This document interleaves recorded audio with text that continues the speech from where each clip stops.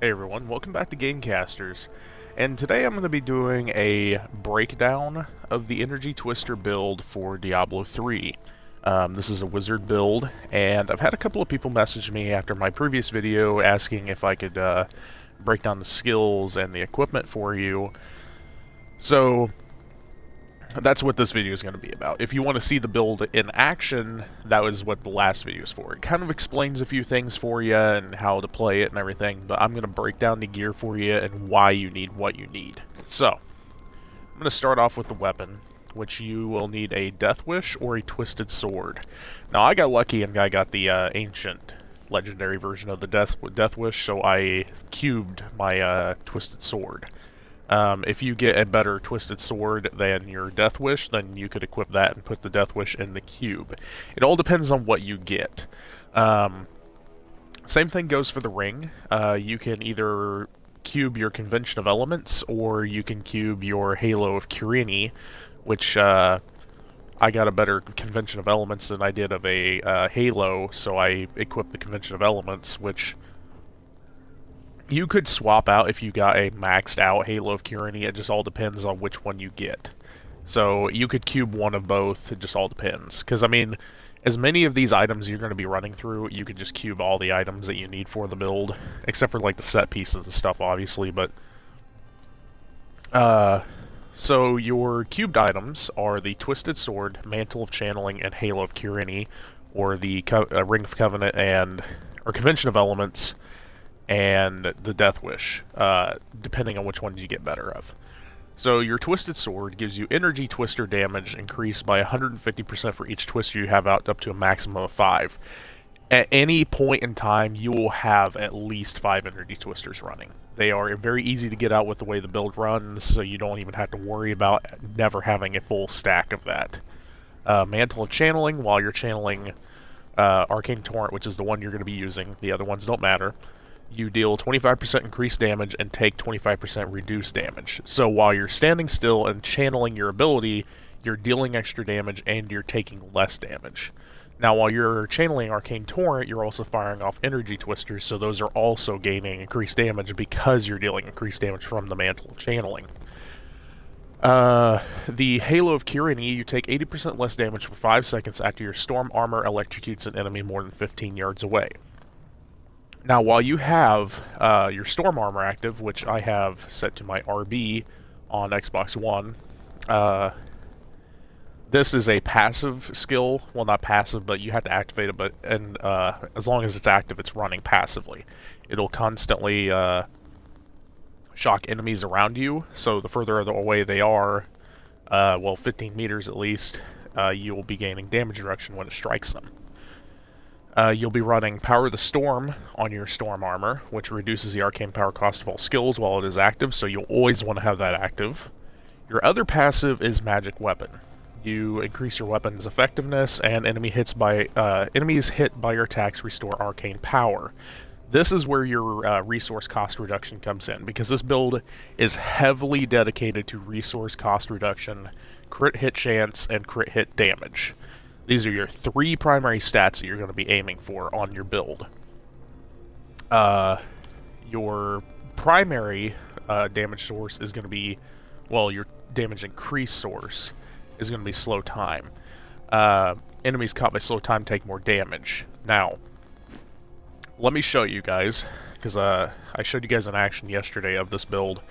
When you activate slow time, and then you activate Energy Twister, you actually have to activate the Energy Twister ability itself. It cools down slow time.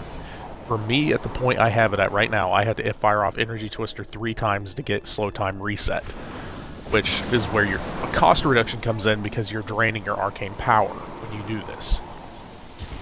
Also, when you have Storm Armor and your Magic Weapon active, you're also using less arcane power, so that takes a little bit off of it. Not a whole lot, but it does make a difference.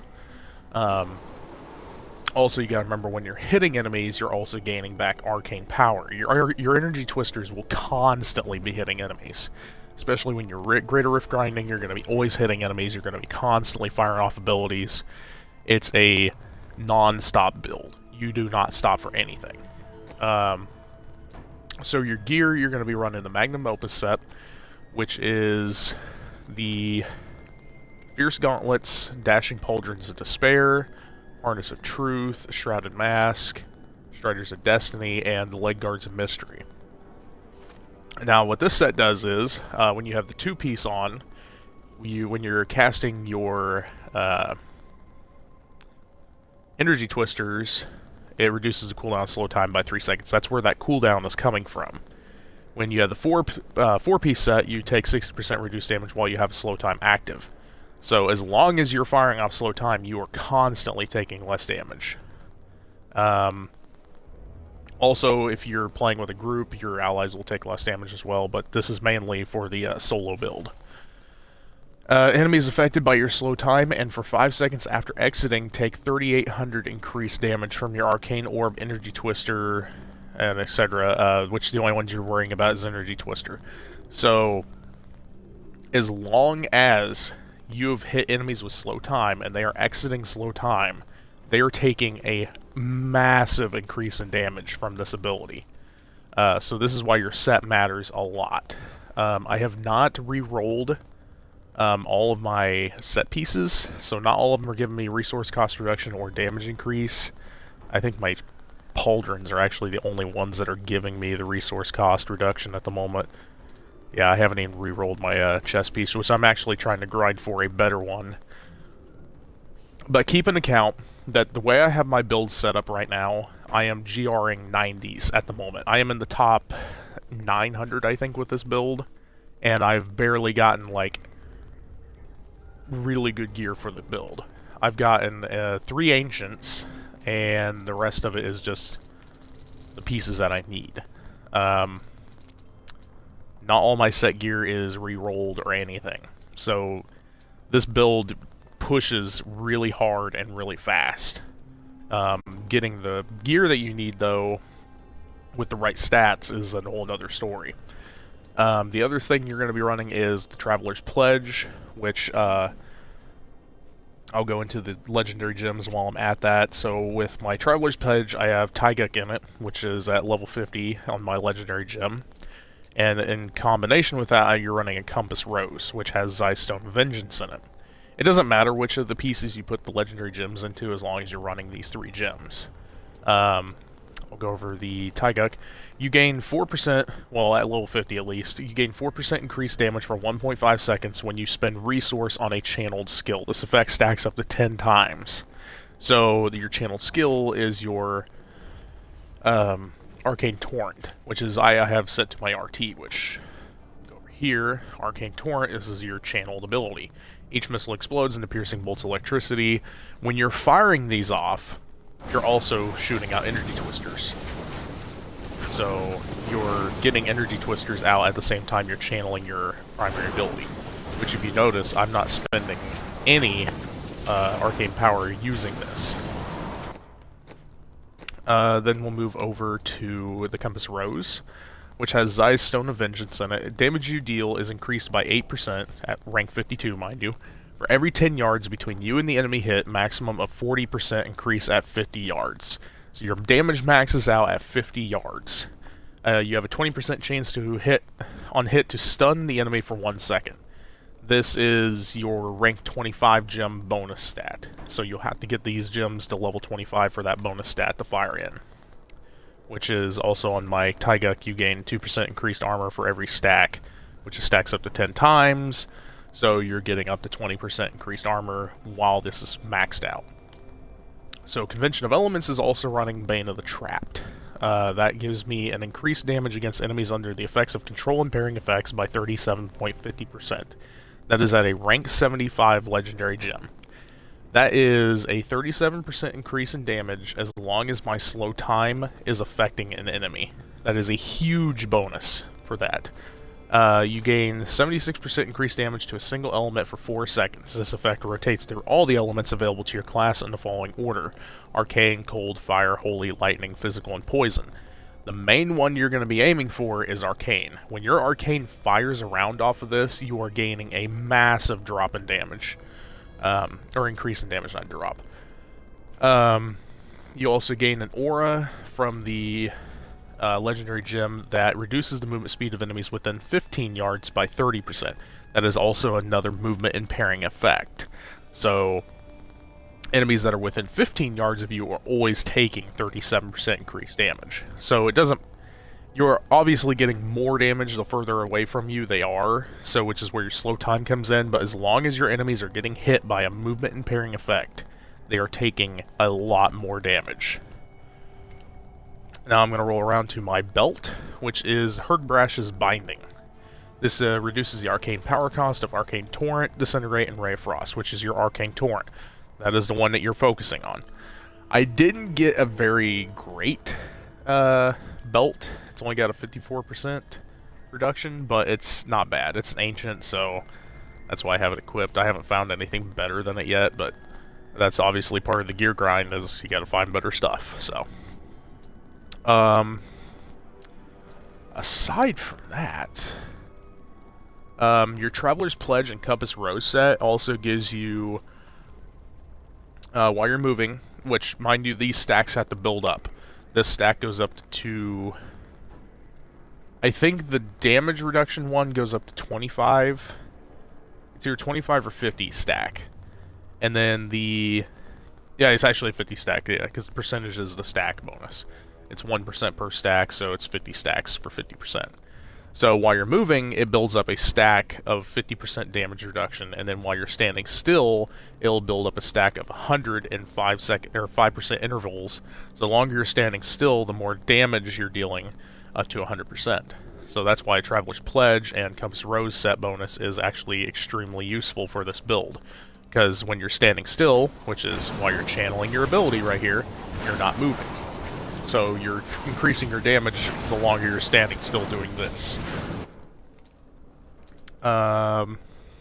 Aside from all that, though, it doesn't really matter what potion you're running. I'm running a leech one because I increased my life per hit by 17,000 for 5 seconds, which, since I'm constantly hitting enemies, I figured that would be a useful one for this build. I'm hitting a lot of enemies really fast, so I'm gaining a lot of health right after I pop my potion.